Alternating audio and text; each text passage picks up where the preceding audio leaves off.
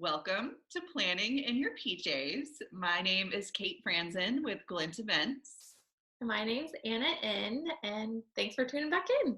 Yeah, welcome back. This is officially not our first video anymore. So we are just home, stay-at-home order, working on planning weddings, events, and we're still working with all of our vendor partners and planning things. And if we're going to be planning in our PJs, we feel like you guys should be planning in your PJs with us. So that's how this got started. We are not video people. This is not our thing. Like, we feel so awkward about doing all of this, but it's just for fun. We don't have weddings to do right now, so why not just get on random Zoom calls and record them with our friends? So today we're going to be talking to Kristen and Sarah of Olivera. So I'm going to go ahead and add them into... Sure, I'll have to edit this part out. Yay! There we go. Hello. Sideways though. You guys are sideways for me too. I don't know why it's There we go. Sorry. Technical So difficulties. all we've said are your names and your company. So why don't you guys start by just telling us a little bit about yourselves, your PJs, your beverages of choice, whatever you've got going on. Ready, Kristen, go. Go. I'm Kristen. I am not really sure what's PJs and what's normal clothing these days. They're all kind of running together. So leggings, the regular day-to-day attire. My mug is filled with tea, and it says, today's goal, keep the tiny humans alive, because these days that's what I'm striving for. Hey, and I'm Sarah. Pajamas. I don't know, I've never showered to put on my pajamas, so this is like a new thing, which is kind of fun. And my cup, in true me fashion, is actually a rosé Malbec bubble, because that feels stay-at-home appropriate. Yes, Right. Well, tell us a little bit about your company and you guys and your story and how Olivera got started. Well, so Kristen and I met working in a local flower shop, so like grandma's birthday, anniversary, all the good stuff. I started working there part-time in nursing school to exercise the other half of my brain.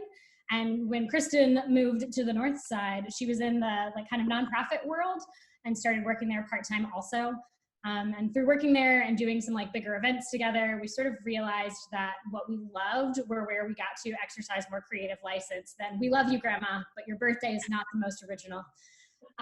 So we liked big events, and we liked getting to use fun high-end flowers that were different and unique. And a lot of times you don't get to do that in retail. So we went rogue. Rogue bad. 5 years ago now. We've been doing this for 5 years. We were originally the Proper Petal because we like alliteration and we thought it was awesome, and it served us well, but we rebranded last year to Olivera Floral Design. And we've both sort of slowly transitioned in our lives. Kristen is I'm not, BA, stay-at-home mom. There we go, self-editing. As well as full-time flower. And I still work in the healthcare industry as well as do full-time flower.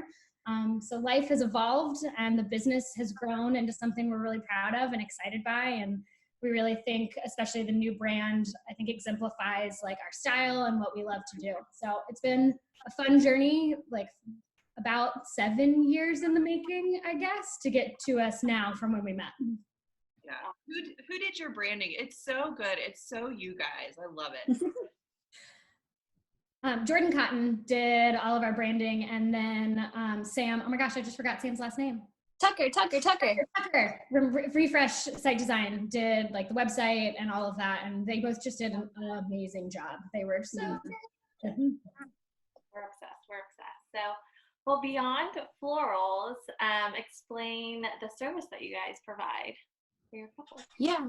So we see florals as they're obviously flowers and centerpieces and things like that, but they're really a big part of just the overall design of the event. So you'll find us working closely with the planner, with the venue, with the lighting team, with the bakers. We really kind of have a foot in the door with each vendor involved to make sure that we're all playing well together. So we're working closely not just with the client, but with all the different vendors too, to really help bring that design together.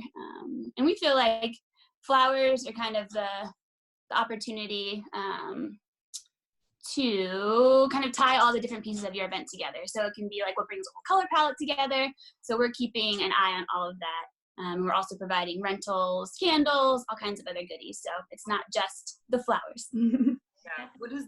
How would you describe the process? Like once someone reaches out to you and is like, let's do this, I want you to do our wedding flowers. Like what happens between then and just before the event? Yeah, so we usually meet in person. Now we're chatting on the phone or meeting via Zoom, but we'll have an initial meeting with the client and anybody else they want to bring. So we've had 10 family members show up to a meeting before. It's been planner, it's been photographer, it's been all kinds of people show up to the meetings, and everyone's welcome. And we do the initial design meeting to really just kind of get an idea of their vibe and their style. Numbers are important in terms of like, do you have bridesmaids or not? Do you have one table? Do you have a lot? But that stuff we can kind of nail down as we're going through. It really is about like the vibe and what you're going for, so that we can take your vision, kind of put our spin on it, pull in different elements and create an overall design. So we have that meeting. We create like a custom proposal that has, each of the different elements in it. We think that including pictures is really important because flowers are so visual that my like fancy 8-word description could mean something totally different to you than it does to me. So everything has visuals along with it. We like to include flowers in the color palette, flowers that are like that time of year are going to be fresh and fun and kind of go with nature's vibe, because I think that's important too, to kind of tie it in with what's going on seasonally. And then there's a contract. And we do a deposit, and after you sign the contract, you secure your date. And then we generally don't meet with clients again until about 4 to 6 weeks in advance of the thing. So you can change things, you can adjust things, but we don't do the final until that point in time, because that's when you really have everything nailed down. You know how many tables you've got, you know the timeline. So we do another meeting to finalize everything. And then of course there is day of. So we order flowers about 3.5 weeks in advance to make sure we can get everything that we want, get everything in the Tuesday of that week, and then it's party time. Well, wedding days can be super crazy. Explain to everyone what your typical wedding day looks like or wedding weekend looks like. Yeah, it really varies just depending on the size of the event and how many venues are involved and all that good stuff. But typically we're up and at 'em early. Sarah likes to be knocking on U-Haul's door when they open that morning if we haven't already gotten it on Friday. So Sarah brings the trusty U-Haul to the studio, and we are doing the finishing touches on everything. We're getting everything packed up, and we're headed to the venue usually as soon as the venue will let us in, or as soon as linens are in place or some of those details have started to come together, so that we can really get in there and start doing our thing. But usually we're running around, we're working on installations, we're working on arbors, we're getting candles on tables, and just kind of helping to bring all those pieces together. In some circumstances, we're hanging out, during the ceremony to help with a flip. If it's a venue like the Science Museum that, often has quick flips. So a lot of times we'll hang if, things are getting repurposed from the ceremony, or the ceremony site is turning into the reception site. And then we're either back that night to break it all down, or the next morning to make it look like it never happened. What's your favorite part of that day? Like, it's just, because I know for us, like, it's just so go parts, but there's got to be a part that's like super fulfilling on that day. I think that there are two, and Sarah, if you have different thought, I would love for you to chime in too. But one of them, which is kind of the most nerve-wracking, but also my favorite, is handing the bridal bouquet off to the bride. It's just kind of like the bridal bouquet is a big piece of the day, and it's a significant thing for us to make, and we always feel the feels when we're making it for our clients, and it's really fun to kind of see that interaction, whether it's Sarah handing off the bouquet and me witnessing it, or vice versa, and just kind of seeing her reaction. And the other would be just kind of at the end, right before we leave. So seeing how the whole event has come together, seeing what's been living in our head for so long and on Pinterest pages, and all of that really come to life, and just kind of get that snapshot right before we leave the venue and before all the fun starts. So.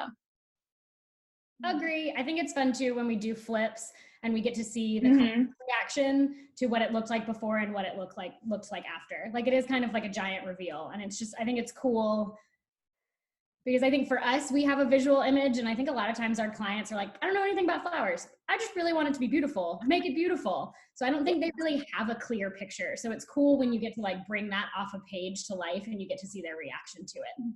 Yeah, no, I love it when it's like the magic happens and everything. Mm-hmm.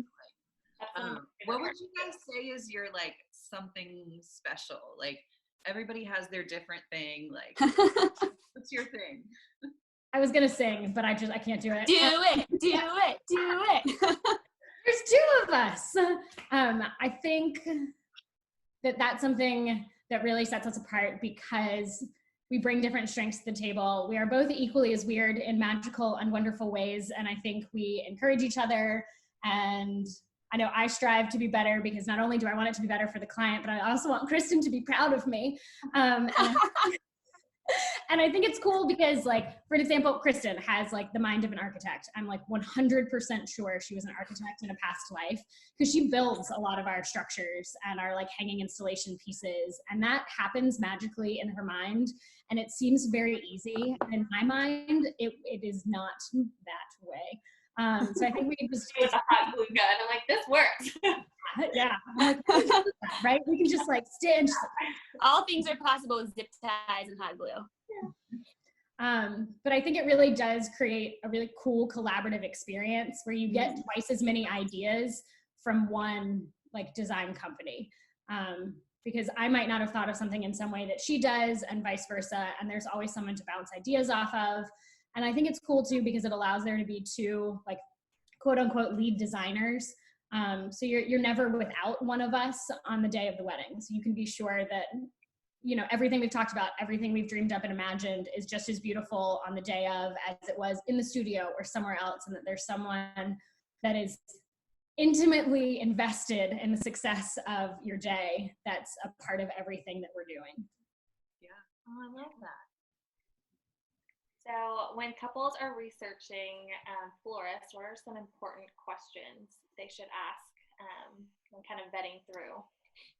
Yeah, I think one, and this may seem like kind of like obvious, but it's really important to ask a floral designer like what their style is. And if, for example, if they're using words like loose, organic, natural, and in your head for your wedding you want something that is traditional, classic, like round, like if you guys aren't speaking the same language, then they're probably not going to be a good fit for you because you want to choose someone who excels in the style that you really want to see to come to life for your wedding day. So one definitely is just talking to them about their style and what they specialize in. I also think it's important to ask what their experience is looking at your specific venue or working with the vendors that you're working with.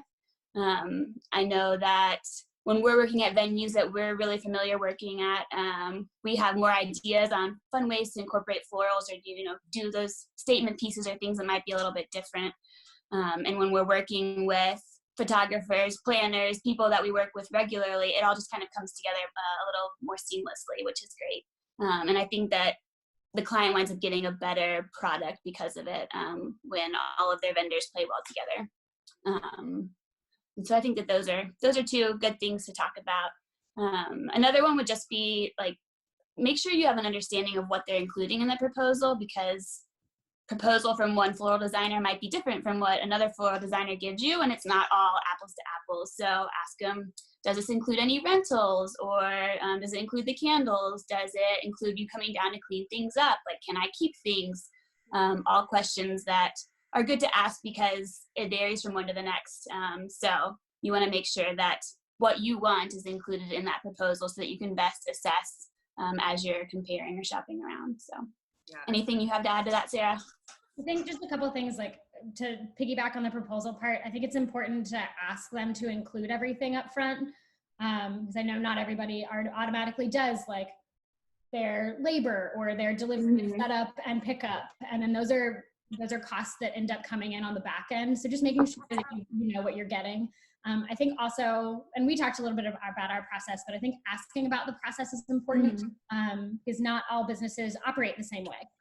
Some, show up and they don't put things on tables. The venue is responsible, or the planner is. And so I think making sure that you know exactly what they're offering, who's going to show up the day of, and kind of how that's all going to go down, I think is important, especially if you're looking for a little bit more of like I can't think of the right, but like a interpersonal, like well-connected, like vendor experience. I think that it's good to sort of know what they're bringing to the table in terms of the experience also. Oh yeah. I remember. I'll add on to that too, that I think that like you really want to shop around for floral designers whose work you love. Like that might seem kind of obvious too, but if you love their work and you can like hand over your color palette and a few ideas with them and let them take off with your vision, you're also going to get, the best of what they have to offer. So don't necessarily go out looking for somebody just because they're available or the price tag is what you want to see. I think it's important to find someone whose work you can really love and who you can trust to do what they do. And that goes across the board for all vendors. Yeah. So how has the stay-at-home order affected you guys, like both just in your personal life as healthcare people and moms, but also just like for your business? What's been going on? Yeah. So my life hasn't changed a ton. I mean, it has and it hasn't. So my other job, so I still work in hospital, inpatient. So I'm still there 36 hours a week. And that has had its own challenges and stressors that I'm sure people can imagine. But it's been a little bit nice, to be honest, to be able to scale back a little bit on the floral in the context of my other job getting a little bit more stressful. But I think it's been a good time too for us to kind of like merge our worlds a little. We've been able to like provide flowers for different units of the hospital and do things that I think have been really special and kind of allowed me to merge the two.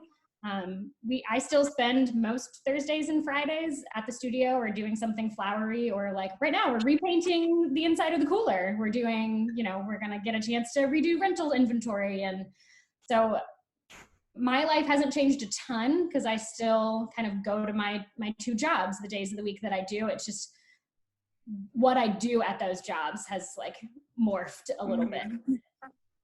Yeah.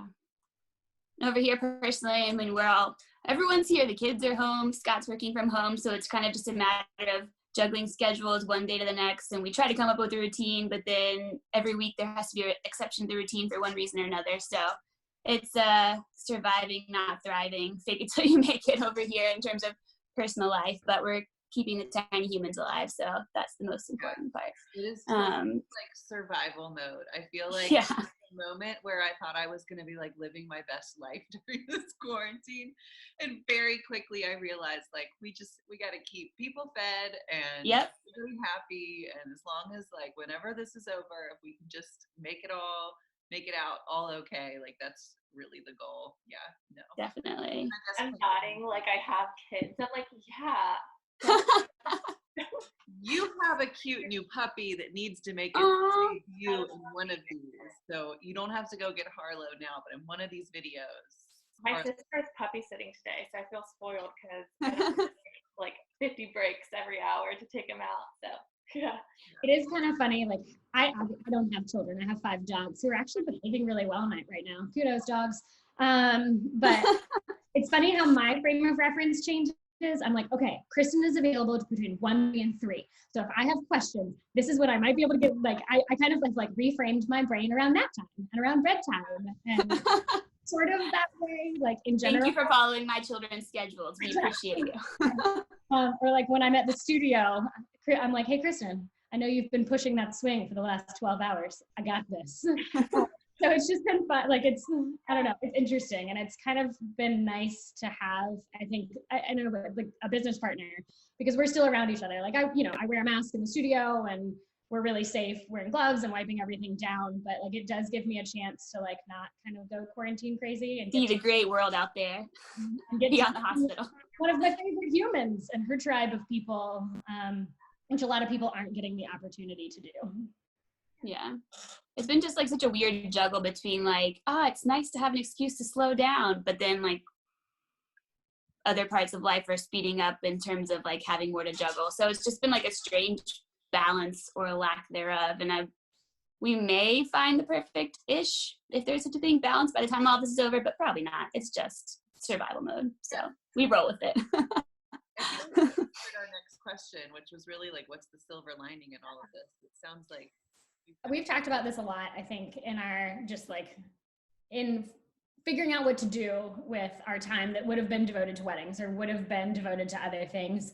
I think we have both been, I don't want to say surprised, but like pleasantly surprised at people's humanity and how good they are, and how like at the end of the day, like pretty much everybody's like, we're in this together and we're gonna do the best that we can. And I think we kind of started quarantine off with a bang. My cousin was supposed to get married in Richmond that weekend and she canceled, but decided to come anyway.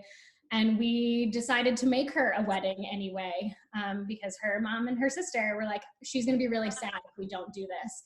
So we threw a pop-up wedding in Libby Hill Park, and there were like 10 people, and it was lovely in its own way, and I think a cool way for us to get to kind of start everything off. And then, Kay, if you want to talk about how we've been keeping ourselves busy. So a couple weeks ago, we did a fundraiser for Feed More, which was pretty fun, just to be able to, in times like this, I hate feeling helpless, and I feel like there's only so much that we can do. So it's been fun to find ways to put our hands to good use, even when we're not able to do weddings. So we were, like Sarah was saying, just really overwhelmed by people's desire to kind of contribute and help out in any way they can, whether that's supporting small businesses, or in our situation, it was supporting local flower farmers who have all these beautiful things blooming right now. And so much of their market is farmers markets and weddings, which aren't really happening. So through our Feed More fundraiser, we were out using all local blooms. So we were supporting local farmers and we were supporting Feed More, and wound up raising around $4,200, which was just really exciting to be able to hand that off. We know that they are doing such a huge service to our community always, but especially right now when kids are out of school and jobs are being lost and food is harder to come by for some. So we've been busy with that. And it's also just been really great to be able to kind of create for ourselves. There's a lot of pressure that comes around creating for wedding clients, and we love that. It's what we've chosen to do. But it's also nice to have an excuse and an opportunity to kind of step back and kind of create for us. Even if it's getting handed off to someone else, like that person doesn't have an expectation of what it's supposed to look like. So it's been a good creative opportunity for us to slow down and just kind of step back a little bit and enjoy that creativity factor. I think so. I love that. Well, it sounds like you guys are living your best life in quarantine. Seem to have it under control. No.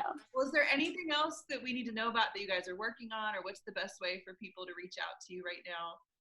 So I think we're taking a bit of a breather. The flowers for Feed More was bigger than I think we thought it was going to be, and took a lot of coordination. So we definitely are going to do something like that again. We just haven't quite figured out what that's going to look like. So probably sometime in May. We will put that all over our Instagram, Facebook. I really do feel like Instagram is probably the easiest way to tell what's going on. But if somebody sees this and they're like, oh, I'd love to support somehow, you can always email us too.